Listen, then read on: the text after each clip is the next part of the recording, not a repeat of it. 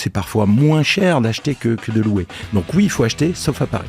Les plus-values extraordinaires qu'on a fait entre les années, au début surtout des années 2000, elles sont derrière nous. On ne refera plus jamais ça.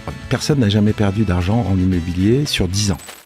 Bonjour à tous, j'espère que vous allez bien. C'est Amaury de Tonquédec, c'est Allô la Martingale. Soyez les bienvenus dans la libre antenne de votre argent. Bon, on n'a pas retrouvé encore la totalité des bijoux de la couronne, mais bonne nouvelle, la France a surpris tout le monde avec une croissance de plus 0,5% ce trimestre. Oui, vous avez bien entendu, ça monte. Bon, c'est surtout grâce aux exportations, pas encore parce qu'on s'est mis à consommer comme des fous, mais au moins l'économie française respire et ça c'est déjà un petit miracle et il faut le souligner. Je le rappelle, vous nous laissez un message sur le WhatsApp de la Martingale, on est là pour ça. Vous cliquez sur notre Linktree qui est dans la description de tous nos réseaux sociaux, par exemple sur notre compte Instagram, d'ailleurs suivez-nous sur Insta, ou alors vous nous écrivez directement à l'ancienne par SMS au 07 49 76 11 67. Que vous soyez investisseur débutant ou confirmé, on vous répondra, il n'y a pas de mauvaises questions, alors n'hésitez plus. Plus vous nous mettez de contexte, mieux on pourra vous aider. Et aujourd'hui, on parle d'immobilier, spécial immobilier rien que pour vous. Est-ce le bon moment pour acheter? Acheter, oui, mais acheter quoi? Est-ce plus rentable d'acheter sa résidence principale ou alors de la louer? L'investissement locatif est-il encore rentable en 2025? On a beaucoup cette question. N'est-il pas menacé par le fameux plan de finances plan de loi de finances 2026? Si je veux m'y mettre, où est-ce que j'ai le plus de chances d'avoir le meilleur rendement? Et sinon, l'immobilier, d'une manière générale, sera-t-il le perdant ou le gagnant de la décennie à venir? Tout simplement, faut-il y aller? Et puis, comme d'habitude, on mobilise les meilleurs experts pour vous répondre. Elle est tombée dans la pierre et ne l'a jamais quittée. Depuis plus de 20 ans, elle accompagne les investisseurs immobiliers locatifs, les vrais, ceux qui connaissent par cœur le prix du mètre carré et la joie des diagnostics énergétiques. Pendant plus de 15 ans, elle a conseillé ses clients dans leurs projets d'acquisition et de gestion, notamment dans le secteur du meublé chez Pierre et Vacances.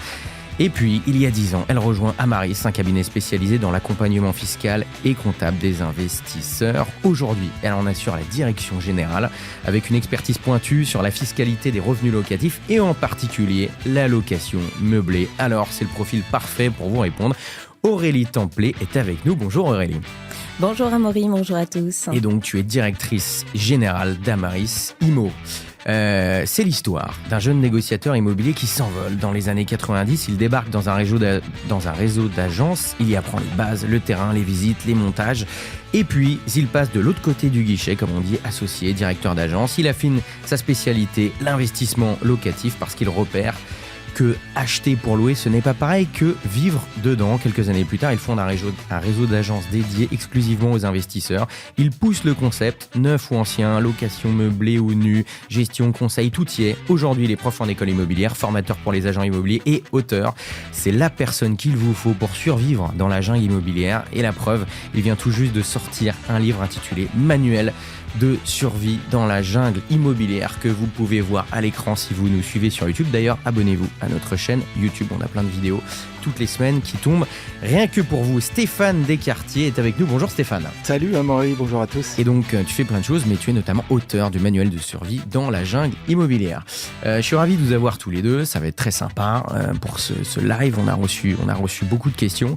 Je propose tout de suite qu'on écoute une première question que Camille nous a envoyée. On va l'écouter tout de suite. Attendez, stop. Si vous écoutez Allô la Martingale, c'est que vous voulez commencer à investir ou alors mieux investir. Et c'est déjà super. Mais on le sait, trouver le bon partenaire qui va vous accompagner là-dedans, c'est pas évident.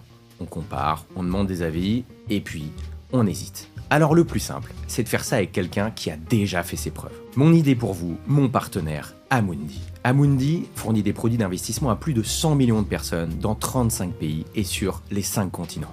C'est le premier gérant d'actifs en France et en Europe, et c'est le seul acteur européen dans le top 10 mondial. Ils ont plus de 2200 milliards d'euros d'actifs sous gestion, ça fait 30 ans qu'ils sont sur les marchés, alors les crises, ils en ont traversé, ils savent les gérer. Autre avantage, la diversité de leurs solutions. Quel que soit votre objectif, vous en trouverez forcément une qui vous conviendra. Par exemple, pour préparer votre retraite. Gestion passive avec des ETF, gestion active, expertise immobilière et actifs réels type private equity ou dette privée et même des fonds thématiques sur tout type de classe d'actifs. Amundi, c'est vraiment le partenaire de confiance. Pour rappel, investir implique des risques. Amundi est une société de gestion agréée par l'AMF et c'est le leader européen selon le classement du magazine IPE, magazine de référence dans la gestion d'actifs. Pour vous renseigner, rendez-vous sur amundi.fr. Allez, on retourne à vos questions. Hello Amaury, j'ai une petite question pour toi. J'aimerais acheter ma résidence principale et je voulais savoir si c'était le bon moment. Déjà savoir aussi si les prix allaient encore baisser, si les taux aussi vont redescendre en 2026. Et la question aussi de fond, c'est est-ce qu'il faut privilégier l'achat ou pour habiter ou plutôt investir autre part. Voilà, merci beaucoup. Merci beaucoup Camille pour ta question. Effectivement, c'est une question que j'entends souvent. Peut-être que vous aussi vous entendez régulièrement. Il y a un peu plusieurs questions dans la question. La première, c'est assez large, c'est Aurélie, est-ce qu'il faut aujourd'hui acheter sa résidence principale? C'est-à-dire, est-ce que c'est le moment en termes de timing d'acheter? Alors j'imagine que ça dépend de plusieurs choses, mais qu'est-ce que tu en dirais toi? C'est pas simple de répondre à cette question. Moi, je pense qu'il faut d'abord s'écouter soi-même sur ce sujet. Quelles sont ses motivations premières? Investir dans l'immobilier et dans sa résidence principale, moi, c'est le choix que j'ai fait.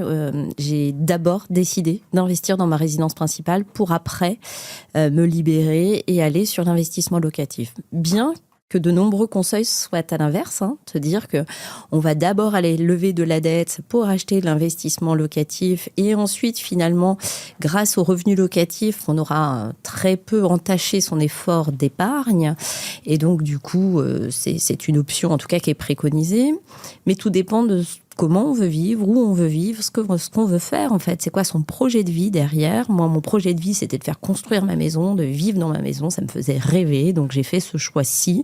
Et donc, si cette personne a pour ambition de se faire plaisir, il faut d'abord aussi s'écouter. Et quand on parle du moment, le meilleur moment, c'était toujours, c'est toujours hier en fait. On a beau regarder dans le rétroviseur, à chaque fois on se dit ah si j'avais su. Donc le deuxième meilleur moment, c'est peut-être aujourd'hui. Il ne faut pas attendre de miracles, de baisse de prix, de baisse de l'immobilier. En tout cas, c'est comme ça que je le vois. C'est à chaque acheteur de regarder le marché et de regarder si le bien lui semble, en tout cas, dans le marché. C'est à lui de faire cette analyse et après de faire une offre qui correspond, en tout cas, s'il le juge. Après, il y a des conseils qui sont là pour ça. C'est le rôle des professionnels de l'immobilier aussi. Et puis après, il y a l'effet coup de cœur qui, parfois, on va accepter de payer un peu plus cher un bien parce qu'il a il y a un affect qui se dégage et qu'on ne peut pas expliquer. Tout n'est pas toujours très rationnel. Alors effectivement, Camille, c'est vrai que ça dépend de chacun. Il n'y a pas de stratégie. Ça dépend de sa tolérance au risque, de ses projets, de savoir si on veut commencer par acheter ou louer au départ. Maintenant, si on partait du principe que Camille voulait commencer par acheter sa résidence principale, en termes de timing de marché, je sais que c'est toujours compliqué. Moi, quand je parle de timing sur la bourse, sur les cryptos ou alors sur le private equity, on dit souvent qu'il n'y en a pas forcément parce que tout simplement personne n'a de boule de cristal. Maintenant, si on pouvait faire peut-être 2 minutes, un point marché, Stéphane. Il y a certaines personnes nous disent, voilà, il y a eu pas mal de prix qui ont baissé, ce que nous a dit Camille. Est-ce que c'est vraiment en train de baisser ou alors c'est plutôt une impression? Est-ce que, même si personne n'a de boule de cristal, est-ce qu'aujourd'hui, ça peut être un point d'entrée intéressant sur l'immobilier globalement en France? Oui, enfin, les prix sont stables actuellement. Ça refrisote un petit peu à la hausse, mais bon, je pense que on va rester sur des prix stables, à mon avis. Alors, quand tu dis stable, c'est quoi? Ça veut dire quoi, stable par rapport à quoi? Ça veut dire plus 2, moins 2, quoi. Ça veut dire que, voilà, ça bouge pas trop. Je pense pas qu'on aura ni de baisse, ni de taux d'intérêt non plus. Je pense que ça va être relativement stable sur 2026, à part événements internationaux, etc. Donc, il faut pas compter sur des plus-values, par contre, ça, pas du tout. Je pense que les plus-values sont derrière nous. Donc, alors, ça veut dire quoi, ça? Faut pas compter sur les plus-values? Voilà, on va pas. Enfin, aujourd'hui, les prix sont autour de 5 000 euros sur Lyon, sur Bordeaux, enfin dans les métropoles régionales les plus chères. Ça correspond à ce que peuvent acheter des gens globalement pour se loger, donc avec une rentabilité moyenne pour les investisseurs. Donc voilà, je pense il faut pas espérer de plus-value concernant sa résidence principale. On peut acheter si on est sûr d'avoir une certaine stabilité quand même, parce qu'il y a les frais de notaire, les mal nommés frais de notaire, les frais de mutation. Il faut les absorber déjà. Donc acheter sa résidence principale, oui, c'est toujours le bon moment. Enfin, si c'est le bon moment dans sa vie, il faut y aller. faut être sûr de pas revendre ou avant 5 ans quand même, histoire quand même d'avoir amorti au moins les frais de notaire. Parce qu'après, on remet des frais, etc. Voilà, c'est pour ça aussi. Oui, bien sûr. Et puis bon, voilà, si on revend au prix qu'on a acheté, globalement, on aura à peine amorti les frais de notaire, donc c'est quand même pas génial. Si on doit revendre à court terme, c'est pas super. Mais de toute façon, effectivement, on a une charge de logement. Si on n'achète pas, on loue. Et aujourd'hui, dans même toutes les métropoles régionales, Lyon, Bordeaux, Toulouse, etc., ça revient à peu près au même d'acheter ou de louer. Donc, c'est plus intéressant d'acheter. Parce que tous les mois, au travers de votre remboursement, vous amortissez du capital plutôt de payer que de payer à fond perdu. Alors, il y a une seule ville où ça se vérifie pas, c'est Paris. Paris, c'est pas intéressant d'acheter sa résidence principale. Alors, c'est intéressant. En plus, Camille nous écrit de Paris. Oui, donc, alors moi, je déconseille d'acheter sa résidence principale à Paris. Moi, j'ai toujours été propriétaire de ma résidence principale, à part les 7-8 ans où j'ai vécu à Paris, où j'étais locataire, parce que la charge de logement, effectivement, ça se vérifie pas. C'est-à-dire que on va prendre des chiffres ronds, mais globalement, le 3 pièces, un petit 3 pièces, vous allez le louer 2 000 € à Paris, mais pour acheter ce même 3 pièces, ça va être une charge de remboursement de plus de 3 000 €. Donc ça ne se vérifie pas. Ce que vous pouvez le louer à Paris, vous ne pouvez pas l'acheter. Donc ce qui n'est pas le cas à Lyon, à Bordeaux, à Toulouse, à Rennes, etc., et dans toutes les métropoles. Et ne parlons pas des zones détendues où c'est parfois moins cher d'acheter que de louer. Donc oui, il faut acheter, sauf à Paris. Et Aurélie, justement, j'aimerais avoir ton avis aussi là-dessus. Donc, il y a Camille là, qui nous écrit de Paris. Bon, Stéphane est assez catégorique pour dire qu'il ne l'achèterait pas à Paris. En tout cas, à moi, si vous voulez, c'est pour un coup de cœur et tout, c'est autre chose. Mais là, on parle d'investissement ici. Là, si Camille achetait à Paris aujourd'hui, tu lui dirais que, a priori, elle a assez peu de chances dans les années qui viennent de revendre avec un prix supérieur auquel elle a acheté aujourd'hui. C'est une histoire de temps, mais effectivement, comme le souligne Stéphane, si c'est une vision court terme, parce que Camille aujourd'hui est sur Paris avec un objectif de quitter la capitale et aller s'installer ailleurs, dans un cas comme celui-ci, les risques la plus-value est quasi impossible, et donc c'est sans doute pas une bonne idée. À partir de quel horizon vous diriez, tiens, là, ça vaudrait le coup, en fait, si on prend le cas de Paris, alors. On va pas faire une émission parisienne centrée, mais il y a pas mal de gens qui se posent cette question-là quand même. Si on prend le cas de Paris, si je veux acheter aujourd'hui ma résidence principale à Paris en espérant faire une plus-value, selon vous, à quel horizon de temps raisonnable il faut se dire, bon ok, à partir de combien de temps ça pourrait, on parle au conditionnel, être rentable? Pour sa résidence principale? Ouais. 6-7 ans minimum, ouais. Minimum 6-7 ans. Ouais, 6-7 ans, parce qu'il faut 4-5 ans pour amortir les frais, et puis pour amortir derrière suffisamment de capital, au moins 6-7 ans, 8 ans, quoi. Alors, après, effectivement, c'est toujours compliqué aussi il y a aussi l'hypothèse que si par exemple on est muté, etc., on peut louer le bien qu'on avait acheté en résidence principale, on peut ensuite le louer. Mais là aussi, Paris, c'est pas bon, parce que Paris, on a les plafonnements des loyers qui nous donnent globalement par rapport à un prix d'achat du 3% de rendement brut. Donc si on enlève ensuite les charges, les frais, la fiscalité, etc., c'est pas rentable. Donc là aussi, Paris, non.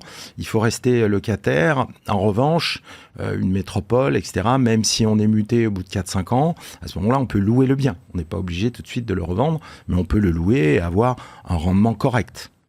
Donc, ouais, vas-y. Et Stéphane, justement, qu'est-ce que tu penses peut-être alors, on n'a pas l'âge de Camille, on n'a pas la typologie du bien qu'elle recherche. Elle a 32 ans. Mais si on est sur une petite superficie, est-ce que tu ne penses pas que, malgré tout, si derrière elle a vocation à le transformer sur du locatif, on a peut-être une opportunité pas complètement inintéressante? Oui, mais à ce moment-là, il faut faire des sacrifices sur la surface. Effectivement, oui. Parce qu'on peut louer un 50 mètres carrés, mais on ne pourra acheter qu'un 30 mètres carrés. En gros, c'est ça. Donc, si on est prêt à faire des sacrifices sur la surface, pourquoi pas? Et évidemment, là, on parle d'une manière assez générale parce qu'il nous manque pas mal de détails, mais c'est intéressant quand même d'avoir votre avis globalement, pour vous aujourd'hui, si on parlait uniquement en termes de plus-value, vaut mieux être locataire que propriétaire à Paris. C'est un peu ce que vous dites, quoi. Oui, moi je crois pas du tout à de la plus-value à Paris. Ouais, ok. Clairement. Et ça, c'est que à Paris ou un peu dans toutes les grandes villes. Comment tu vois les choses? Il faut jamais de toute façon dans son plan de projection de ses investissements, il faut jamais compter sur de la plus-value en immobilier. Jamais. Ça peut être de la cerise sur le gâteau, ça peut être mais il faut effectivement jamais compter dessus. Et puis rien n'indique même sur les chiffres qu'on puisse aller vers de la plus-value. Pourquoi? Parce que pour toi c'est un actif de rendement? Non, mais parce qu'on est déjà au taquet de toute façon des prix. On est au taquet de ce que peuvent acheter des gens, globalement, ce qu'on disait tout à l'heure. Donc, les salaires vont pas être multipliés par 2 ou 3, ou alors ça voudrait dire qu'on irait vers une inflation aussi pas possible. Donc, l'inflation, c'est pas de la plus-value, hein, c'est simplement, on récupère plus d'argent, mais parce que le coût de la vie a été multiplié par X aussi. Donc, hors inflation, il faut pas du tout compter sur de la plus-value, et moi, je ne crois absolument pas qu'on puisse espérer de la plus-value. Les plus-values extraordinaires qu'on a fait entre les années au début surtout des années 2000, elles sont derrière nous, on ne refera plus jamais ça. Et on ne reviendra jamais sur des taux à moins de 1%, moi j'y crois pas non plus du tout. La plus-value qu'on a eue, il s'est passé quand même pas mal de choses. Il y a eu, notamment, on va pas refaire toute l'histoire, mais il y a eu effectivement notamment à Paris le départ des institutionnels au début des années 2000 qui ont vendu plus de 300 000 logements à Paris, et ce qui a créé un manque notamment de biens locatifs parce que c'était essentiellement des biens qui sont sortis du parc locatif. Donc les loyers ont explosé à Paris, ce qui a fait exploser les prix. Mais ça, c'est un phénomène qui est derrière nous. On le verra plus, puisque les institutionnels sont complètement partis du marché parisien. Donc, ce phénomène qui avait amené une inflation des loyers pas possible, il est derrière nous et on ne le reverra plus. Et à la fois, les taux qui étaient descendus à quasiment zéro ont fait que les investisseurs, les propriétaires occupants ont trouvé, pour le coup, une marge, un pouvoir d'achat avec le levier du crédit, avec de l'argent gratuit qui était extraordinaire. On ne le reverra pas non plus. Donc, ces deux facteurs qui ont fait exploser les prix, notamment à Paris, ils sont derrière nous et on ne les reverra pas. Donc, c'est pour ça qu'il ne faut absolument pas compter sur la plus-value. Il faut simplement compter que quand on achète, chaque mois, on rembourse une partie du capital. Et ça, c'est du concret, c'est du réel. C'est simplement que sur sa mensualité, on a une partie qui va en remboursement du capital. Donc, il faut compter là-dessus. Le reste, il ne faut pas y compter du tout. Pour moi. Ok. Je vais donner la parole à Jayan, qui avait une question, qui est notre ingénieur du son, que vous connaissez déjà. Bonjour. Si vous avez écouté la dernière émission. Jayan, ça tombe bien, je te donne la parole parce que tu avais une question justement sur l'investissement locatif. Tu te posais des questions là-dessus, alors on t'écoute. Merci. Écoutez, j'ai 23 ans, je vis chez mes parents et j'aimerais justement faire travailler mon argent par le biais de l'investissement locatif. Et selon vous, je voulais savoir quels sont les meilleurs endroits pour acheter, pour ensuite faire louer, parce que je sais qu'à Paris, du coup, on en a parlé, le rendement, il est nul. Et on m'a parlé du Havre, on m'a parlé de petites villes. Donc je voulais savoir, selon vous, quels sont les meilleurs endroits hors Île-de-France et aussi en Île-de-France potentiellement, parce que c'est aussi plus facile de pouvoir gérer cela. Et je voulais savoir, est-ce que l'investissement locatif, il est menacé avec le projet de loi Finances 2026? Et est-ce que faire de la location meublée, est-ce qu'on peut faire de la location meublée partout en France? Merci à vous. Merci beaucoup, Jayan, pour ta question. Non, mais c'est vrai qu'en plus, pareil, hein, c'est un peu comme acheter ou louer sa résidence principale. C'est une question qu'on reçoit beaucoup. Peut-être, est-ce que, Aurélie, pour commencer, aujourd'hui, pour toi, c'est intéressant de faire de l'investissement locatif? Alors, il y a le cas de Jayan, mais même d'une manière générale, tu vois. Alors, je reste très pro-immobilier. Donc, moi, je suis convaincue par les pouvoirs de l'immobilier, cette capacité à se créer de l'enrichissement grâce au levier de la dette, et du locataire, même si, évidemment, ça nécessite aujourd'hui un effort d'épargne du propriétaire un peu plus conséquent. Alors, quand on parle d'effort d'épargne, c'est la différence entre, finalement, son prêt immobilier et le loyer.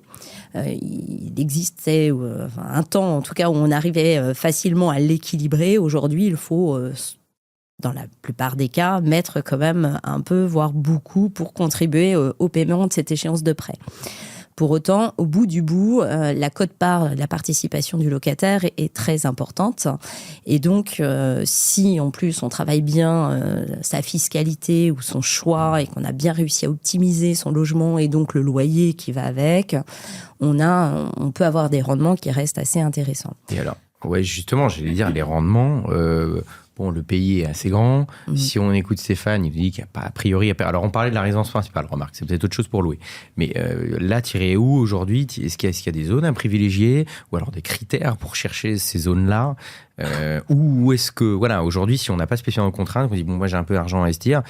Où est-ce que Jayan potentiellement pourrait aller chercher son immobilier locatif avec un maximum de rendement aujourd'hui en France ? Alors, il ne faut pas hésiter à regarder les périphéries des grandes villes.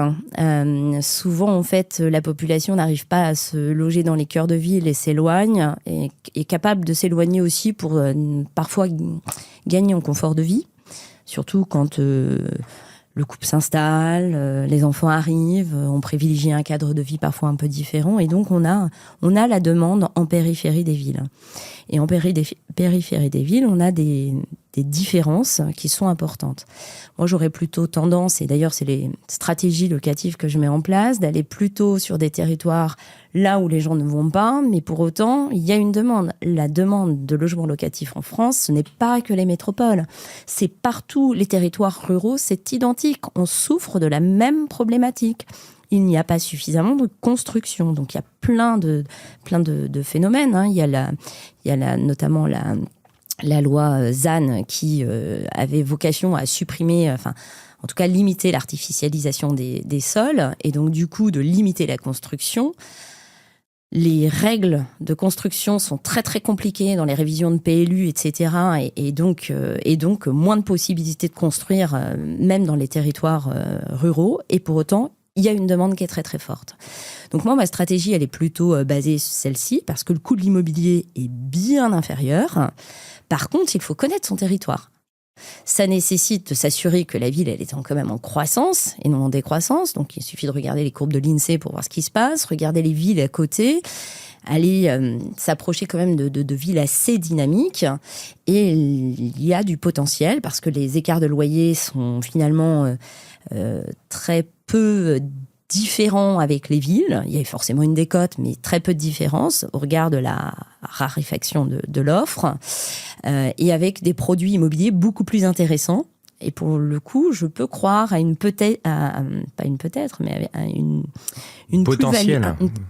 potentielle plus-value. Alors sur du long terme, hein, toujours. Hein, faut pas espérer la plus-value sur le court terme. Alors par exemple, voilà, c'est intéressant. Même question que tout à l'heure quand on parlait de revendre sa résidence principale à Paris. Allez, si on suit ta stratégie, tu dirais raisonnablement, c'est quoi le timing minimum où il faut, pour commencer à avoir une rentabilité? Le timing pour avoir une rentabilité. Alors pardon, ma question n'est pas très bien formulée, mais c'est-à-dire qu'en fait, selon toi, si tu achètes, combien de temps il faut garder ton bien, pour... Tout dépend encore de ce qu'on veut en faire et de quel est l'effort d'épargne qu'on met derrière, en fait. Clairement, si on a des biens qui s'auto-financent ou un effort d'épargne qui est très, très minime, il faut garder le plus longtemps possible. Alors aujourd'hui, on a des contextes de plus-value qui sont défiscalisés, hein, au bout de 22 ans de détention. On ne paye plus d'impôt sur sa plus-value et 30 ans sur les prélèvements sociaux. Alors ça, c'est l'actualité, c'est quelque chose qui n'existera plus dans 30 ans, ça c'est certain, mais en tout cas, on a des décotes qui s'appliquent à date, et donc ça, c'est des paramètres qu'on va prendre en compte en fonction, là encore, de la plus-value, parce qu'il faut qu'il y ait une plus-value pour parler de ce sujet. Après, on peut très bien arbitrer aussi à un moment et se dire, je décide de vendre ce bien qui a X valeur, qui a 100 000 de valeur par exemple, sur lequel j'ai déjà récupéré un capital à hauteur de 50%, justement pour vendre pour racheter un autre bien plus conséquent et monter en fait en gamme finalement et en patrimoine. Voilà. Stéphane, Aurélie a déjà dit pas mal de choses, mais est-ce que tu as des choses à ajouter par rapport à cette question de l'investissement locatif surtout, de Paris? J'avais une question pour Jayan. Tu vis où, Jayan? Tu vis à Je quel vis endroit? en Yvelines, banlieue parisienne. En Yvelines? Ouais. Les Yvelines. L'Yvelines, les Yvelines, c'est très bien, hein, et notamment le fin fond des Yvelines, j'allais dire. Moi, ce que je conseille depuis toujours, et ce que je m'applique à moi-même, c'est que vraiment, il faut investir sur un marché qu'on connaît, Donc on connaît les prix, donc on connaît, parce que sur une ville, d'une rue à l'autre, c'est plus le même marché parfois. On le voit bien à Paris et dans d'autres villes. Et il faut surtout investir sur une ville où on peut être actif soi-même, parce que quand j'entends parler notamment de revenus passifs, ça me rend fou, ça me rend dingue, effectivement. L'immobilier, c'est pas des revenus passifs, faut arrêter le délire. C'est de l'investissement, c'est de la charge mentale. Parfois, il faut reprendre la main, même si on est un gestionnaire. Parfois, il faut reprendre la main, parce que le droit immobilier, notamment le droit locatif, est tellement délirant qu'on va plus ou moins accepter qu'un particulier fasse des choses qu'un professionnel pourrait pas faire, par exemple. Et puis, c'est tout simplement beaucoup plus simple. Pour trouver des biens, pour les faire rénover, pour trouver des petits artisans qui vont être recommandés par des gens qu'on connaît ou des artisans qu'on connaît déjà directement, pour bien acheter au bon prix. Et puis, c'est parfois aussi des biens qui vont pouvoir servir à soi-même, pour mettre un jour ses enfants, sa maman, sa vieille maman, ou sa sœur qui a un petit problème de vie, ou que sais-je. Donc, il peut aussi y avoir de l'usage personnel. Donc, il faut oublier, moi, ça me rend fou aussi, notamment tous les ans, c'est un peu le marronnier aussi de certaines revues qui disent les villes où investir, il faut investir au Havre, il faut investir à Brest, il faut investir à Marseille, mais c'est etc. vendeur parce que les gens, en fait, ils se posent la question, ils se disent où est-ce que je fais, oui, mais c'est absurde. Mais justement, mais c'est intéressant d'avoir. Voilà, pourquoi aller à l'autre bout de la France alors que les Yvelines, si vous allez au fond des Yvelines, vous faites du 6-7% sur des studios, vous faites du 6-7%, mais sans problème. Vous avez des exemples de villes oui, bien sûr. Non, mais le bout, voilà, le bout des Yvelines, mais qui soit quand même à peu près bien desservi par les transports, etc. Et ben, vous faites sur du 20 mètres carrés, vous faites du 6, voire plus de 6% de rendement, avec des taux à 3%, avec effectivement une implication personnelle, et puis en s'en occupant, etc., un petit peu soi-même. Et surtout, il faut être réactif, c'est ça, parce que la vie de l'investisseur n'est pas un long fleuve tranquille, il peut se passer plein de trucs. Entre deux locataires, on peut avoir des risques de squat. Entre deux locataires, on peut avoir un cumulus qui explose. J'en ai eu un récemment dans un des biens. Bon, c'est quand même le bordel. Quand vous n'avez pas de locataire, c'est les voisins qui vous préviennent, des fois 3-4 jours après, l'immeuble est à moitié inondé.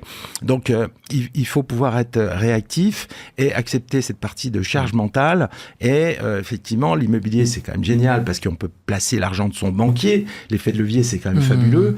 Mais c'est pas des revenus passifs. Il faut s'en occuper. Il faut mettre les mains dans le moteur. Donc, il faut privilégier un investissement ultra local. Ça, c'est vraiment voilà. Et si on a la malchance d'être parisien, faut aller en deuxième couronne. Faut aller en gros à 1 heure de moto au maximum. Moi, je suis motard, donc voilà, je mets toujours 1 heure maximum.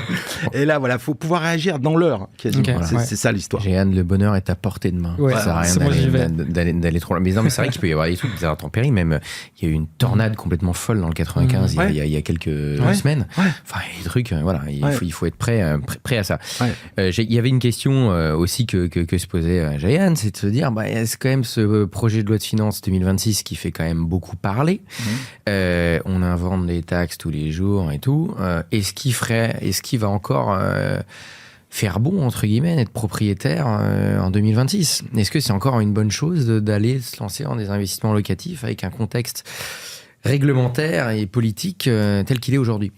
Voilà, c'est la foire à la saucisse fiscale là, en ce moment. Alors là, tous les jours, on a un nouveau truc complètement délirant depuis le fait de donner les logements HLM aux locataires depuis plus de 20 ans. On a vu ça. Bon, c'est vraiment, ce sont vraiment des gens qui connaissent pas du tout l'économie du logement social, jusqu'à alors la suppression de l'amortissement pour le meublé. Alors là aussi, si on veut tuer le dernier flux d'investisseurs, explique-nous ce que c'est ça. C'est quoi l'amortissement pour le meublé? Alors le meublé, c'est une activité commerciale. Comme pour toute activité commerciale, on peut amortir ce qu'on achète, ou en tout cas ce qu'on possède et ce qu'on bascule en meublé, parce que c'est une activité commerciale. Donc, de la même façon, quand vous avez une entreprise, vous achetez une voiture, une machine ou un micro, vous pouvez l'amortir. Effectivement. Donc, tu loues un appartement qui est meublé. Voilà.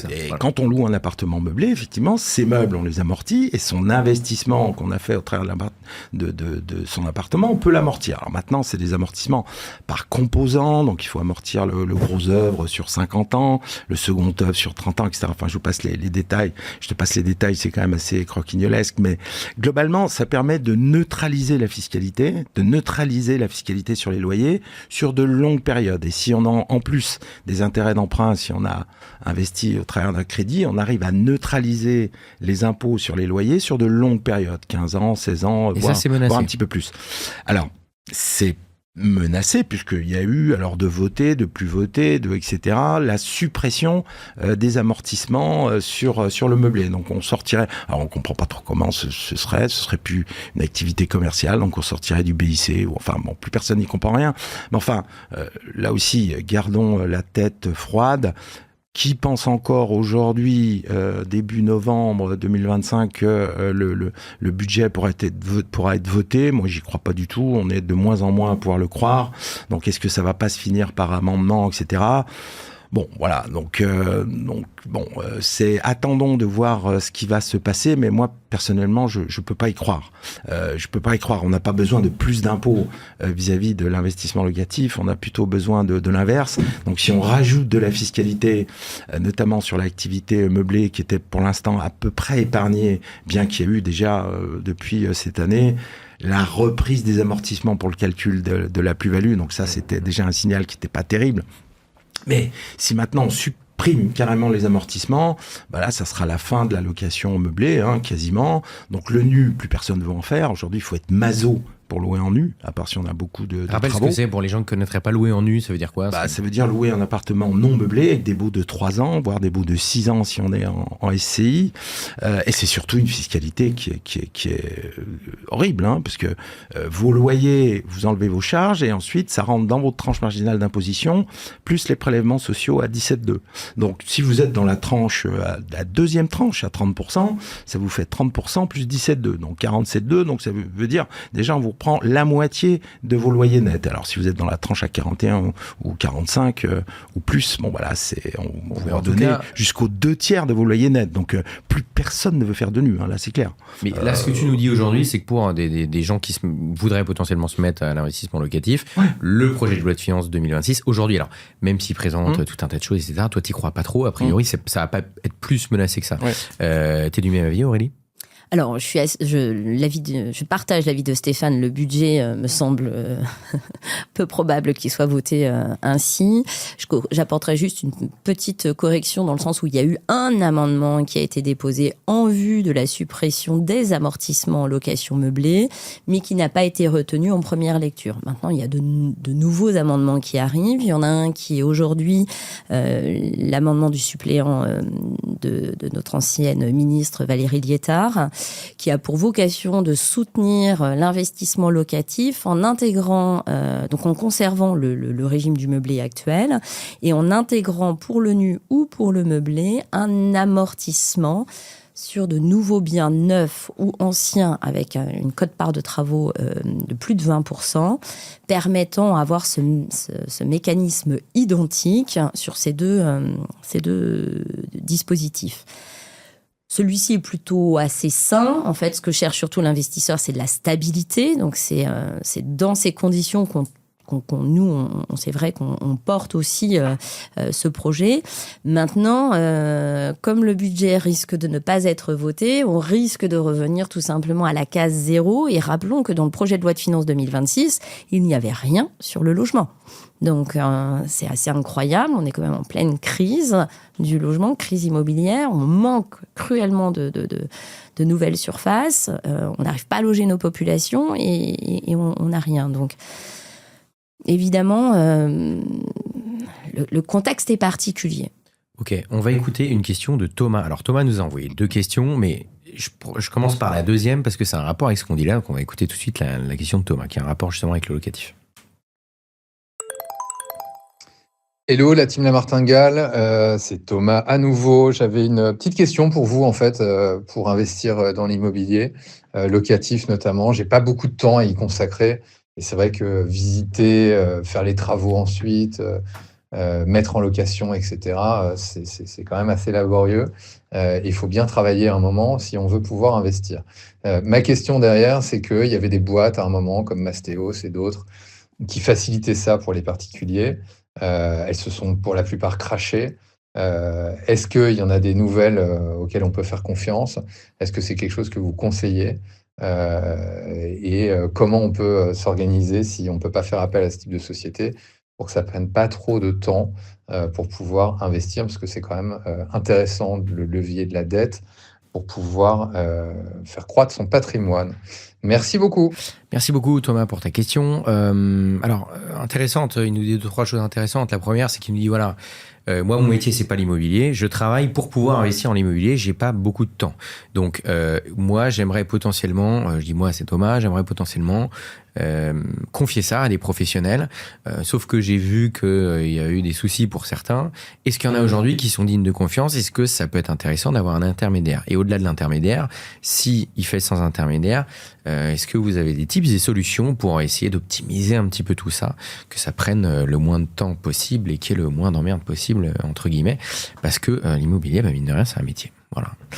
Donc, je pose la question. Oui, alors, notamment, si c'est Thomas, hein, c'est Thomas, ça. ouais. Si Thomas n'a pas beaucoup de temps, il y a aussi un truc qui est quand même pas mal à faire et qu'on oublie parfois. C'est un marché qui est quand même là et qui est quand même intéressant. C'est d'acheter des biens occupés, des biens déjà occupés. Et notamment parce que parfois des biens occupés, notamment si on a des personnes âgées ou si on a un loyer qui est en dessous du marché, on peut aller chercher de belles décotes. Justement parce que si le bien est occupé, déjà, vous évacuez tous les acheteurs de résidence principale, donc vous évacuez 80% du marché. Et puis, comme notamment si vous avez des personnes âgées, vous pouvez pas les sortir. Personnes âgées, de plus de 65 ans.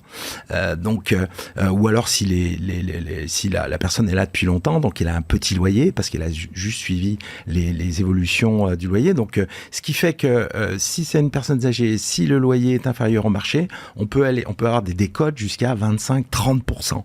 Donc, ce qui fait que finalement, avec la décote, on a des rendements qui sont tout à fait corrects. Et là, comme c'est un bien qui est occupé, par définition, il n'y a pas de travaux, il n'y a pas à chercher de locataire, il n'y a rien à faire.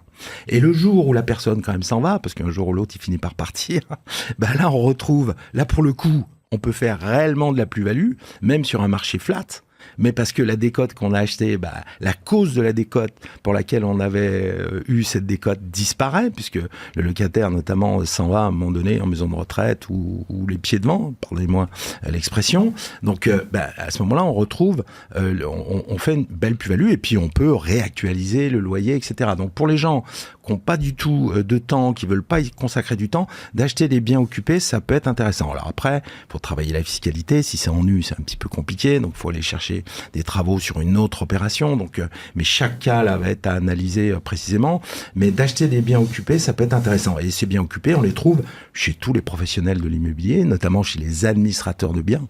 Vous pouvez aller voir un gestionnaire, les grands gestionnaires sont là et parfois ces biens occupés, ils n'ont pas de clients, quoi, justement parce que ça n'intéresse pas grand monde. Donc d'où les décotes. Et donc voilà, des professionnels qui connaissent bien leur marché. Il faut aussi travailler avec les agents immobiliers locaux, puisque de toute façon, comme je le disais tout à l'heure, moi je conseille vraiment un investissement ultra local. Donc travailler avec les agents immobiliers de sa ville, de son secteur, notamment les administrateurs de biens, pour aller chercher des biens occupés, ça peut être une bonne opportunité pour Thomas. Ok. Aurélie, tu as quelque chose à ajouter Alors, moi, je travaille avec énormément de professionnels de l'investissement clé en main, des boîtes très sérieuses. Je rejoindrai le propos de Stéphane, ou d'ailleurs les remarques qui sont faites par nos partenaires qui arrivent à vivre dans ce contexte de crise, faire même de la croissance, c'est que ça nécessite de maîtriser son territoire. Donc, le conseil que l'on pourrait donner à Thomas, c'est qu'il définisse déjà son lieu d'investissement, là où il décide d'investir, soit sur sa résidence, soit proche de son lieu de vie, proche d'un lieu de vie de ses proches. Ça peut être le relais d'un de ses parents aussi. On peut s'appuyer de son réseau personnel, ou alors d'une destination où il va régulièrement. On peut aussi, ou il aurait envie de vivre, se projeter plus tard, mais en tout cas, il faut qu'il cible, lui, préalablement un territoire. Ce sera plus simple parce qu'il maîtrisera davantage, comprendra mieux les offres qui lui seront faites. Et aussi, le chasseur qui l'accompagnera aura un cahier des charges plus lisible. Il pourra être beaucoup plus réactif sur toutes les opportunités Bien et sûr. les saisir et savoir un petit peu démêler un petit peu le vrai du faux quand on lui propose des choses. On va écouter du coup le premier message de Thomas. On l'écoute tout de suite. Salut la team La Martingale, merci pour votre programme déjà. J'avais 2-3 questions pour l'immobilier, peut-être que vous pourrez m'aider. Moi je suis déjà engagé sur un emprunt immobilier en locatif, mais du coup je suis pas au max de ma capacité d'endettement, enfin pas tout à fait, et du coup je me pose la question d'ajouter un investissement en immobilier locatif. Les 3 questions que je me pose, c'est est-ce que c'est possible en 2025 encore d'investir sans apport, parce que j'ai pas trop envie de sortir de mes investissements par ailleurs.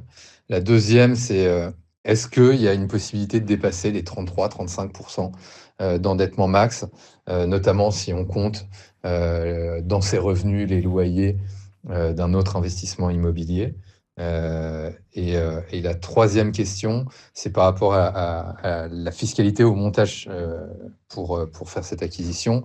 Est-ce que c'est possible, par exemple, de créer une SCI avec ses enfants ou son enfant pour faciliter la transmission ensuite? Voilà. Merci beaucoup. Bonne journée. Merci encore Thomas pour ton message et ta question. Voilà, première question. Voilà, est-ce qu'on peut investir aujourd'hui sans apport en 2025, quelle qu'en soit la raison? Est-ce que c'est possible, voilà, d'arriver à utiliser le levier du crédit même sans avoir d'apport? Aurélie? Ça va dépendre du banquier. J'ai l'impression de toujours avoir ce début de réponse. Non, mais dépend. évidemment, c'est normal. Mais c'est ça. Il y a encore des clients qui arrivent, des investisseurs. Alors, ils sont plus rares, évidemment, parce qu'il faut montrer patte blanche et que les banquiers peuvent être un peu plus frileux à aller sur l'immobilier actuellement, surtout en fin d'année. Ils ont du mal sur la période de la fin d'année. Les motiver à faire un prêt immobilier, parfois, c'est un peu difficile. C'est quoi la meilleure période, selon toi, si on pouvait choisir? En début d'année. Ok. Ils n'ont pas rempli leurs objectifs. Les enveloppes sont pleines, c'est ça. Ouais. Enfin, vas-y. Mais Aurélie, en tout cas, oui, c'est encore possible. On a des témoins, des retours d'expérience qui le prouvent. Et Stéphane, est-ce que tu penses la même chose? Et si oui, est-ce que tu as des tips un petit peu à donner pour ceux qui n'ont pas la chance d'avoir un apport là aujourd'hui ou qui ne peuvent pas, voilà, pour X raisons? Oui, il faut au moins les frais de notaire, enfin les frais de mutation. Maintenant, on peut encore faire du 100%. Moi, j'en vois passer. Je vois encore des clients qui se financent à 100%. Alors, ils apportent les frais de notaire et ils arrivent à se faire financer à 100%. Alors, bon, c'est plutôt des bons profils, effectivement. Il n'y a pas de souci.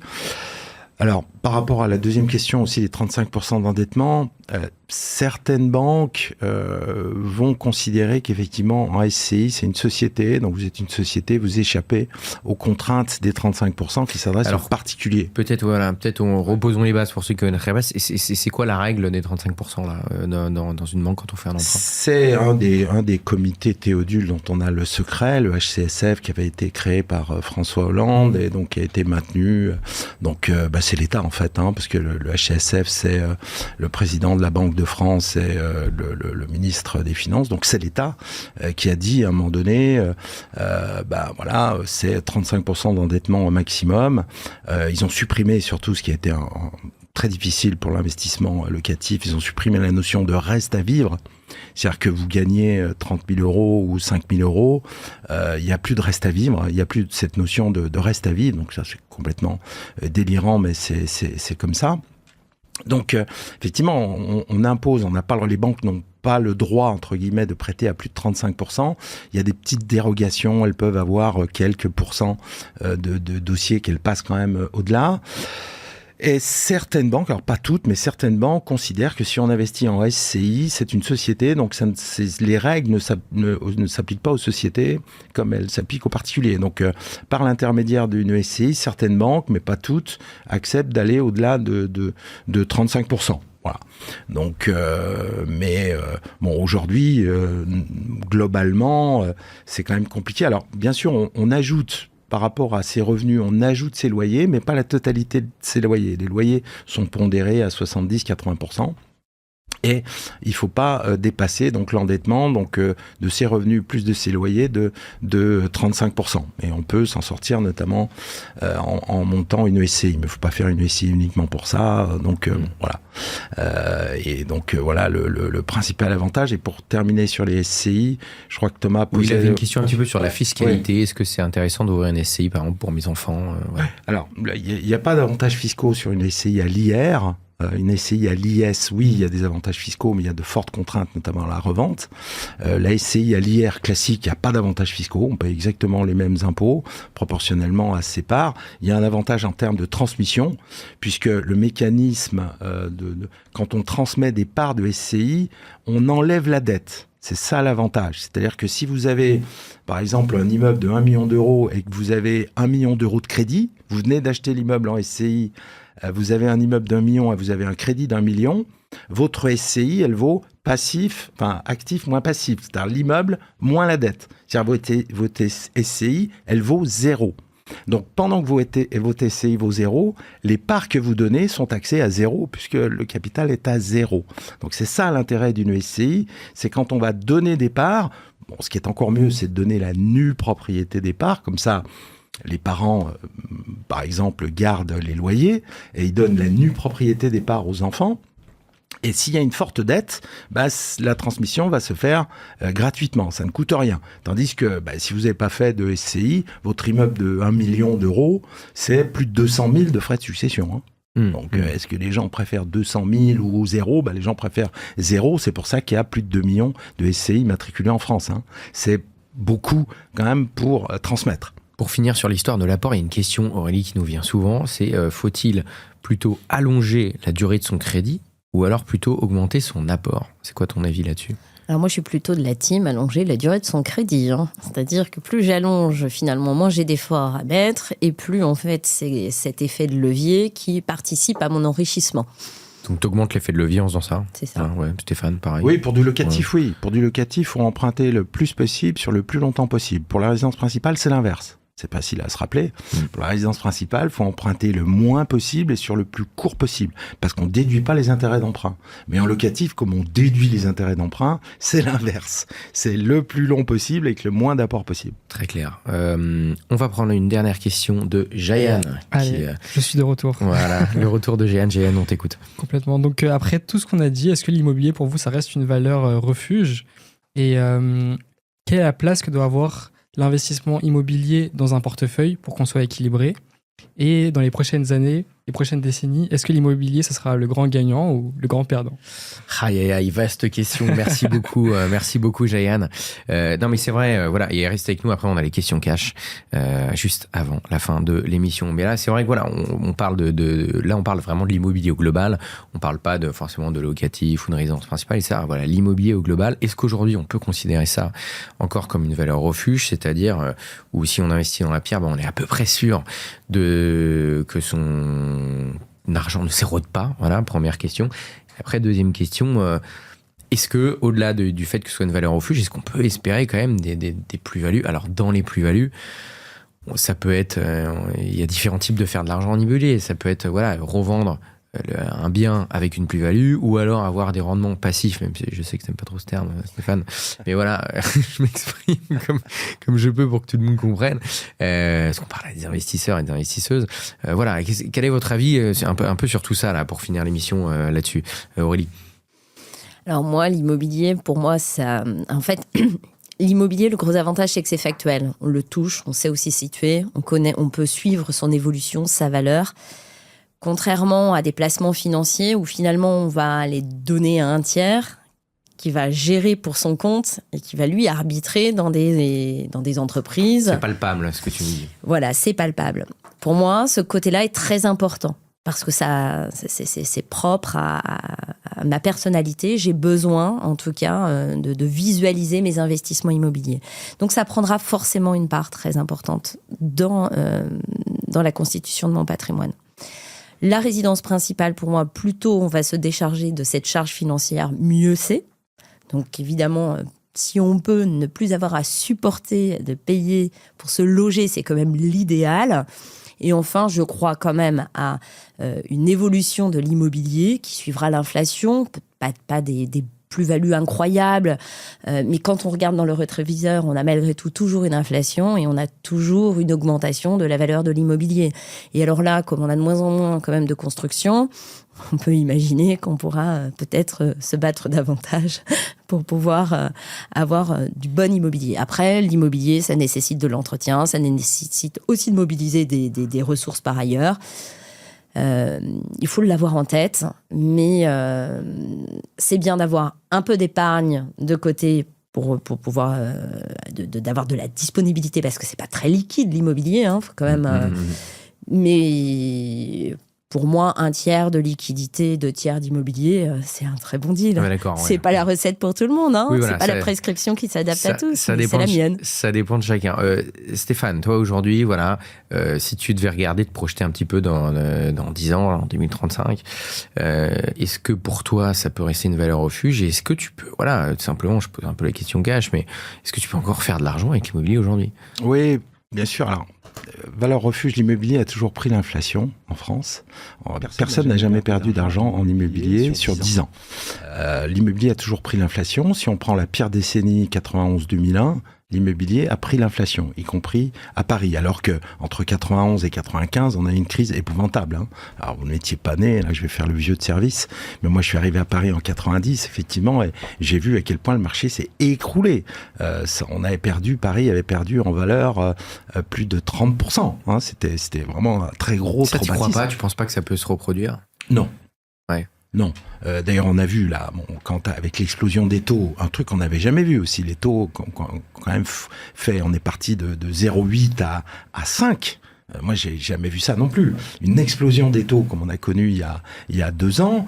À Paris, les prix ont baissé de 10%, à Lyon aussi, à Bordeaux, mais 10% seulement. Donc, et puis on les a déjà quasiment récupérés. Donc, voilà. Donc, sur 10 ans, personne n'a jamais perdu d'argent en immobilier. Ça, c'est une première chose. La deuxième chose qui est quand même importante, c'est l'effet de levier. C'est-à-dire que l'immobilier, quand même, a cet avantage qu'on peut placer de l'argent qu'on n'a pas. L'argent du banquier. Et c'est le locataire ou soi-même au travers de son remboursement de crédit qui vont effectivement rembourser le banquier, mais aussi se rembourser soi-même, enfin en tout cas capitaliser. Et puis il y a une chose très importante aussi, c'est le fait que l'immobilier, c'est quand même de l'épargne forcée. Parce qu'il y a des gens qui ont beaucoup de mal, j'en fais partie, à mettre de l'argent de côté. Parce que rien n'est trop beau, rien n'est trop cher. Comme disait Ettore Bugatti, la vie, c'est beaucoup de tentations. My Taylor is rich. Bref. Donc, il y a beaucoup de tentations. C'est difficile de mettre de l'argent de côté. Il y a des gens qui n'arrivent pas à mettre de l'argent de côté. Au moins, s'ils investissent dans l'immobilier, moi j'ai plein de clients et d'amis, notamment très proches, qui me remercient. Qui me remercient chaque jour. Et voilà. Ouais. Parce que je leur ai dit, mais je vois bien comment t'es un panier percé, achète ta maison, achète ton appart et tout. Au moins t'auras ça, effectivement. Au moins, tu seras pas locataire quand tu partiras à la retraite, parce que je les connaissais, je les voyais fonctionner, je voyais qu'ils étaient souvent dans le rouge, etc. Donc voilà, l'immobilier a cet avantage-là aussi, c'est que c'est de l'épargne forcée.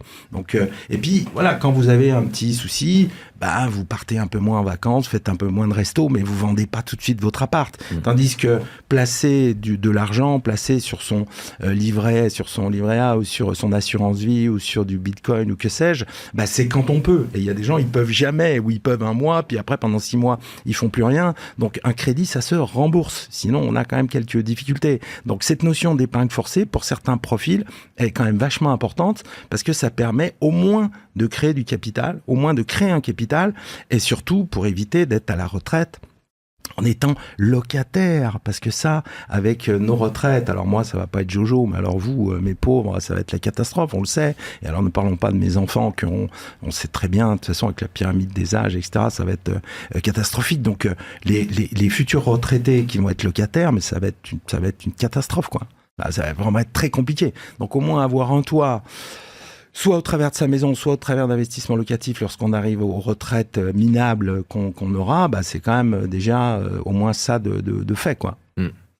Et juste avant de passer aux questions cash, j'avais une question, c'était, alors je sais que voilà, c'est difficile de timer le marché, personne n'a de boule de cristal maintenant, Si, je sais pas, si en tout, chacun, vous deux, vous pouviez me donner 3 indicateurs un peu à surveiller. Vous vous dites là, entre parce qu'en gros, hein, vous me dites si je dis une bêtise, mais plus les taux vont monter, plus l'argent va être cher pour emprunter, plus le prix de l'immobilier va baisser parce qu'il y aura moins d'acheteurs. Et plus les taux vont être faibles, moins l'argent va être cher, entre guillemets, plus le marché va augmenter puisqu'il y aura beaucoup d'acheteurs. C'est le jeu de l'offre et de la demande. Comment est-ce qu'on peut, si on a la chance de pouvoir timer, est-ce que c'est possible d'essayer de timer un petit peu ça, de se dire, est-ce qu'il n'y a pas une bonne fenêtre de tir, un bon moment pour y aller? C'est difficile puisqu'on manque de logements. Donc en fait, quand bien même on a une hausse des taux ou une baisse des taux, on ne faut pas oublier qu'on manque de logements. En fait, c'est le sujet actuellement, la crise dans laquelle on est, c'est qu'on manque de construction nouvelle pour accueillir et loger les foyers. Et la consommation de logements a beaucoup changé aussi. C'est-à-dire qu'aujourd'hui, en fait, on a aussi des foyers monoparentaux, donc ça veut donc dire besoin de logements multipliés parfois par 2. Là où on logeait avant des familles, enfin si on remonte à quelques années, quelques décennies derrière, il y avait même des foyers qui vivaient ensemble, plusieurs foyers ou des générations. Aujourd'hui, c'est l'inverse en fait. On consomme davantage de logements. Donc c'est difficile de répondre à ce point-ci. J'ai du mal à me dire, j'ai un bon conseil à donner aujourd'hui en espérant une baisse ou une hausse. C'est sûr que quand on était sur des taux à 1%, là, fallait y aller. Bon, maintenant, c'est dans le rétroviseur. Ok, Stéphane, et après les questions cash. Ouais, alors les indicateurs, les taux, en locatif, on s'en fout des taux en fait. On s'en fout un peu. On s'en fout pas complètement, mais on s'en fout un peu parce que effectivement, les intérêts d'emprunt sont déductibles. Donc, même si aujourd'hui on emprunte à 4%, comme on les déduit de ses revenus, notamment de ses revenus fonciers, si par exemple on est dans une tranche à 41 plus prélèvements sociaux, en fait, le taux de 4%, le vrai taux, puisqu'on les déduit de ses revenus, ça permet de faire échapper à un impôt de près de 60%. Donc, quand on emprunte à 4, en fait, le vrai taux, c'est 1,80. Donc, c'est moins que l'inflation. Donc, on emprunte, le vrai taux d'emprunt, il est quand même inférieur à l'inflation. Donc, on s'en fout. Alors, pour la résidence principale, c'est différent. Mais pour le locatif, les taux, on s'en fout un peu. Et un indicateur, alors un autre indicateur qui n'a rien à voir avec les taux, mais qui est quand même très important, c'est pour ceux qui veulent se projeter dans une ville pour faire un investissement. Il y a un truc qu'il faut faire, auquel il faut faire attention. Ça peut paraître contre-intuitif, mais pourtant c'est vrai. On va vers quand même, et c'est triste et c'est vraiment très pénalisant pour le marché, on va vers de plus en plus le plafonnement des loyers. Aujourd'hui, c'est le cas à Paris, à Lille, à Lyon. Alors, à Lyon, ça vient de sauter, par contre. Mais bon, à Bordeaux, etc. Rappelle comment ça fonctionne à Paris. Prends l'exemple de Paris. À Paris, notamment, effectivement, le plafonnement des loyers, c'est autour de 30 € en moyenne. Vous ne pouvez pas louer plus de 30 € le mètre carré en loyer. Donc, ça veut dire qu'effectivement, 50 mètres carrés, vous ne pouvez pas le louer plus de 1 500 €. Donc ça peut déjà paraître très élevé, on est d'accord, surtout si on vient de province. Mais voilà, il y a un plafonnement des loyers. Mais ce problème, c'est que le plafonnement des loyers, ça a fait fuir tous les investisseurs. Et surtout, ça bouffe le rendement. Parce qu'à Paris, globalement, le plafonnement des loyers, vous achetez autour de 10 000 € du mètre carré, vous avez 30 € de plafonnement des loyers, donc en fait, vous faites du 3%. Moins les charges, ça vous fait du 2%. Ensuite, après les impôts, vous faites du 1%, voire moins de 1%. Et si vous êtes à l'IFI, si tu es à l'IFI, je te le souhaite, Amaury, ça te coûte de l'argent de louer. Ça coûte de l'argent de louer si tu es effectivement à l'IFI. Donc c'est pour ça qu'à Paris, on est passé de 600 000 logements dans le parc locatif privé, on est passé de 600 000 à 350 000 en 20 ans. Donc c'est-à-dire que moi, je connais plus aucun investisseur qui veut investir à Paris intramuros. Donc il faut examiner, mais surtout pour en arriver à un indicateur qui peut être important, il faut regarder les villes où il y a une majorité de propriétaires. Parce que dans les villes où il y a une majorité de propriétaires, il n'y aura pas de plafonnement de loyer. Comment tu peux savoir ça? C'est sur l'INSEE, vous avez les stats INSEE, et vous regardez par exemple Nice, vous avez près de 50% de propriétaires dans Nice intramuros. Nice, il n'y aura jamais de plafonnement des loyers. Le problème de Paris, c'est que vous avez 70% de locataires. Donc 70% de locataires, les gens veulent des plafonds de loyer, la démocratie s'applique, donc il y a des plafonnements de loyer. Et on n'en sortira jamais. Et à Lyon, c'est pareil, il y a 68% de locataires, je crois que c'est une chose comme ça. Donc s'il y a une grande majorité de locataires dans votre ville, ça veut dire qu'il y aura très certainement un jour ou l'autre le plafonnement des loyers. Donc il ne faut surtout pas aller dans les villes déjà qui plafonnent les loyers aujourd'hui, parce que ça vous te bouffe ton rendement, et ensuite examiner les villes où il y a une très forte majorité de locataires, il y a de bonnes chances que malheureusement un jour ou l'autre il y ait aussi un plafonnement des loyers. Donc ce sont des secteurs à fuir absolument. Pour finir, tu t'avais un... Ouais, je voulais juste rajouter, vas-y. il faut quand même regarder la croissance de la ville, en fait, hein, parce que si on a beaucoup de propriétaires, mais qu'en fait, elle est en déclin et que la population fuit, évidemment. Oui, bien sûr. C'est important de le préciser. Encore que les zones, notamment les zones pourries, entre guillemets, de la diagonale du vide, on voit bien à peu près ce que c'est la diagonale du vide, si on vit sur place, si on est sur place, il y a quand même des coups à faire. Parce que dans ces villes-là, qui sont... Sedan, Nevers, Montluçon, des villes où il y a près de 20% de vacances locatives. C'est-à-dire qu'il y a des villes comme Sedan sont passées de près de 50 000 habitants à peine 30 000 habitants. Donc ce sont des villes qui ont quand même perdu énormément d'habitants. Donc il y a la moitié de la ville qui est allouée. Mais dans ces secteurs-là, il y a quand même un petit marché. Il y a quand même le marché des jeunes qui s'installent, des gens qui arrivent. Parce que même s'il y a plus de gens qui partent, il y a quand même des gens qui arrivent. Et sur ces secteurs-là, si on y vit, et si on est mieux et moins cher, mais il y a deux conditions. Il faut être mieux, c'est-à-dire qu'il faut un bien nickel, refait à neuf, joli, avec un peu de déco. Et si on est moins cher que la moyenne du secteur, on loue quand même. Mais, alors, c'est un gros boulot, il faut être sur place, il faut s'en occuper soi-même, il faut benchmarker l'offre, c'est un gros boulot. Mais là, sur ces zones-là, si vous avez la chance d'habiter sur ces villes-là, vous faites du 12-13% de rendement. Et là, je veux dire, quand vous faites du 12%, en empruntant à 3%, là, ça tourne. Hein. Là, pour le coup, là, vous faites vraiment du cash flow positif. Hein. Mais par contre, l'impératif absolu, c'est de vivre sur place, d'être sur place, de s'en occuper soi-même, de gérer soi-même les travaux, la déco, etc. Il faut déménager, non ? Il faut aller habiter à Montluçon. Ouais, c'est ça l'histoire. Et c'est sympa en plus, Montluçon. Bon, tout de suite, pour finir cette émission, les questions cash. La première question cash, Aurélie, c'est l'investissement casino. C'est-à-dire que là, c'est une somme d'argent qui est à toi, c'est pas celle de tes clients. C'est pas un conscient investissement, mais là, si tu as quelques billets en main et que tu te dis, allez, j'ai pas besoin de cet argent, donc j'oserais faire un truc que potentiellement j'oserais pas forcément faire en termes d'investissement. Et là, si tu avais un petit peu un pari à faire sur un actif, quel qu'il soit, ce serait lequel ? J'hésiterais entre une superbe résidence secondaire ou un hôtel, un bel hôtel. Donc vous voyez qu'il y a quand même toujours un peu d'immobilier chez moi. Un très très bel hôtel ou une belle résidence secondaire. Ok, très bien. Là, j'avais d'autres questions là, mais ça va être trop long pour l'émission. J'allais dire, est-ce qu'il faut encore acheter une résidence secondaire aujourd'hui ? Mais j'ai peur que... Enfin, si t'arrives à répondre en moins d'une minute... Oui, c'est possible. Hein. Si on arrive à accumuler location Airbnb et occupation, là, c'est tout à fait possible. Il faut être bien organisé. Ok. Ouais, ou bien entouré, et oui. Et un hôtel, pourquoi un hôtel ? Parce que selon toi, c'est... J'aime beaucoup de très très beaux hôtels. C'est vraiment quelque chose... j'aime personnellement passer de quelques séjours dans de beaux hôtels. Donc ce serait... le fait de pouvoir être propriétaire un jour d'un bel hôtel, ce serait un rêve. Un rêve. Okay. Bon, je me bats pas pour ça. Mais intéressant, très bien. Stéphane, même question. Ton investissement un petit peu casino, là, si tu avais un pari un petit peu spéculatif à faire, tirais dans quoi ? Alors, pari, c'est même plus qu'un pari, puisque c'est un pari que j'ai fait déjà officiellement dans mon livre, et puis je l'ai fait déjà chez nos amis de BFM Business. J'ai fait le pari officiel.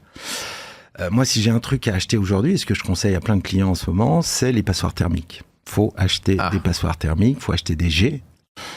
Pourquoi ? Parce que personne n'en veut. C'est à la casse. Alors, Paris, c'est un petit peu différent, parce que Paris, il n'y a que ça, notamment toutes les chambres de bonne, des passoires des derniers étages d'immeubles haussmanniens, c'est que de la passoire, on ne pourra jamais s'en sortir.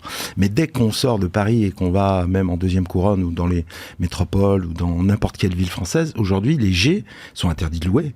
Donc, il n'y a pas d'acheteurs, il n'y a pas d'offres, il n'y a pas de visite. Donc, quand par miracle, il y a un acheteur qui se présente, c'est lui qui fait le prix. Aujourd'hui, si vous êtes acheteur d'un G, c'est vous qui faites le prix.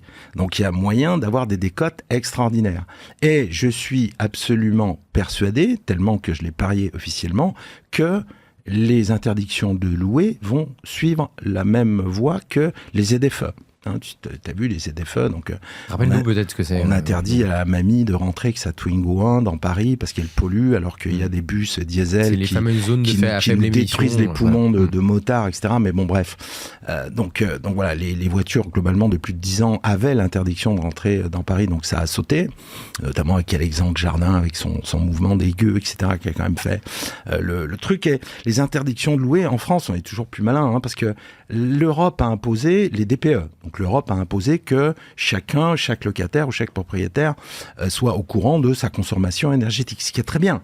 Mais en France, on va toujours plus loin, on éclaire toujours le monde de notre génie, et comme on a trop de logements, on s'est dit, ah bah tiens, on va interdire les logements G, etc., machin. Donc aujourd'hui, les G sont interdits à la location, et dans 2 ans et demi, ça sera donc les biens F. Je suis absolument persuadé que ces interdictions de louer vont sauter parce qu'on n'a pas les moyens. On a 2 800 000 personnes qui attendent un logement social. Quand on met une annonce pour louer à Paris, c'est 800 dossiers. 800 dossiers. Aujourd'hui, quand on met une annonce à Paris pour une location, on la met avant on comptait en jours, on disait on va la mettre 2 jours, 3 jours. Aujourd'hui, c'est en minutes, c'est-à-dire qu'en 1 heure, vous avez 150 dossiers. Quand vous mettez une offre, donc on a une pénurie invraisemblable. Aujourd'hui, on a des étudiants qui dorment dans leur voiture, des étudiants qui louent des box pour dormir dans des box de voitures. Hein, donc on n'a pas les moyens tout simplement d'interdire ces passoires thermiques. Donc c'est mon pari. En plus, on a rogné ma prime rénov'. Je sais pas si tu as vu, mais ma prime rénov'. Donc non seulement ça s'adresse plus qu'à des foyers très modestes, mais en plus c'est limité en nombre de dossiers. Donc c'est limité à 13 000 dossiers par an. Donc 13 000 dossiers par an, il y a 5 millions de passoires thermiques, donc il faudra 384 ans pour rénover le parc locatif, donc les passoires thermiques. Donc c'est une vaste blague, tout le monde sait que c'est infaisable, tout le monde sait que ça va sauter. Par contre, quand vous achetez aujourd'hui à la casse, le prix il restera. Quand les interdictions de louer vont sauter, le prix restera. Donc moi je conseille à tout le monde en ce moment d'acheter des G, hein, parce que de toute façon les interdictions vont sauter. Donc voilà, les petits paris spéculatifs, acheter les petites passoires. Voilà, c'est ce que nous dit Stéphane aujourd'hui. La deuxième question cash. Voilà, vous êtes sur une île déserte, il fait chaud et vous êtes en train d'enterrer un coffre dans le sable. Ce coffre, vous allez le déterrer, mais dans 10 ans, vous n'y avez pas accès entre-temps. Aurélie, quels actifs tu mets à l'intérieur? Tu peux mettre plusieurs choses si tu veux. Oui, alors je mettrai évidemment de l'immobilier, mais pas que. Je pense que je mettrai des actions, des obligations dans des entreprises dans lesquelles je crois, ou dans des dirigeants. Je miserai sur des dirigeants d'entreprises. D'accord, et toi aussi, parce qu'il paraît qu'il y avait une étude comme quoi, soi-disant, les dirigeants d'entreprise qui faisaient du fitness avaient des meilleurs résultats. Donc, je ne sais pas si tu choisis les dirigeants, les dirigeantes comme ça. Ce ne serait pas voilà. à voir. Mais en tout cas, des États-Unis, je crois. Ouais. J'aurai le temps d'y réfléchir. D'accord. J'espère okay. avant de déposer. Okay. Tu nous diras. Tu nous diras. La prochaine fois que tu reviens, tu nous diras quel choix tu as fait. Stéphane. Oui, alors je mettrais des passoires, bien sûr. Je mettrais de l'or aussi, parce que ça c'est aussi une valeur sûre. Alors l'or est très haut, effectivement. C'est ça ce que j'allais dire, mais je voulais pas remettre une pièce parce que. On disait déjà que l'or était très haut il y a 2-3 ans, donc on disait c'est très haut, etc. Bon, je mettrais un peu d'or. Et je mettrais aussi, alors il y a aussi un truc, je pense, qui arrivera un jour, je mettrais aussi les surfaces entre 8 et 9 mètres carrés, parce qu'on a l'interdiction de les micro-logements. Ouais, les micro-logements. Ouais. Je mettrais aussi pas des surfaces de 8 mètres 80 comme ça, mais notamment, moi je me rappelle toujours avec beaucoup d'émotion le premier appartement que j'ai loué à Paris, quand je suis arrivé à Paris en 90, rue Beaurepaire, à côté de République. C'était un logement qui devait faire 15 ou 16 mètres carrés au sol, mais qui était très mansardé. Donc, en fait, on tenait debout à peine sur 3-4 mètres carrés. Donc, ce logement, il est totalement interdit de louer depuis déjà bientôt 10 ans. Hein, depuis que je sais plus quelle loi, je crois que c'était la loi Allure, a interdit effectivement les surfaces de moins de 9 mètres carrés.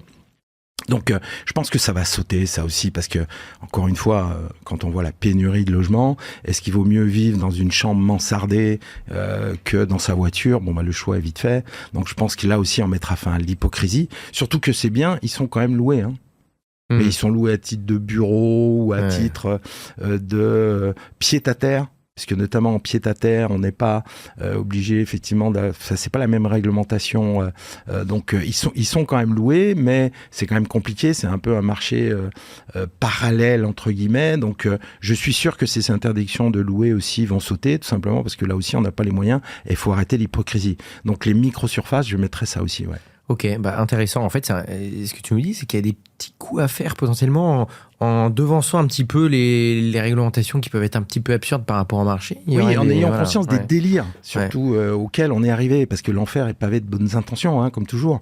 Donc on met de la réglementation, puis un jour on se rend compte qu'on est allé trop loin. Mais comme a dit Véronique Bédag, hein, la patronne de Nexity, on a trop chargé la mule. Hein, c'est ça aussi un peu l'histoire. Donc il faut desserrer les taux, soit les taux fiscaux, soit les taux réglementaires. Mais là, on est allé trop loin sur plein de domaines, donc il faudra desserrer, quoi, parce que sinon, puis en plus, c'est pas qu'on va aller dans le mur, c'est que là, on est dans le mur. Donc il faut que ça bouge, il faut desserrer d'un côté ou de l'autre, et je pense que ça va desserrer un peu de tous les côtés. Donc pour ceux qui sont opportunistes et qui sont un peu joueurs, il y a des bons coups à faire en ce moment. Ok, merci beaucoup à tous les deux d'avoir été avec nous, c'était passionnant. Stéphane Descartier, donc auteur du manuel de survie de la jungle immobilière, je le remonte pour ceux qui nous suivent sur YouTube. D'ailleurs, abonnez-vous, comme je l'ai dit tout à l'heure, et c'est aux éditions du Rocher. Pourquoi il faut encore investir dans la pierre et comment éviter les erreurs. Aurélie Templet, merci beaucoup d'avoir été avec nous. Je rappelle que tu es directrice générale de Amaris Immo. Voilà, et on attend un petit peu de savoir comment tu vas choisir les dirigeants, les entreprises et tout. Tu reviendras nous en parler. Merci beaucoup pour vos questions. Continuez à nous les envoyer. Je sais qu'on n'a pas pu répondre à tout, qu'on en a eu dans le live, mais on va refaire une émission sur l'immobilier prochainement. Alors continuez à nous les envoyer. Mais surtout, prenez le contrôle de votre argent.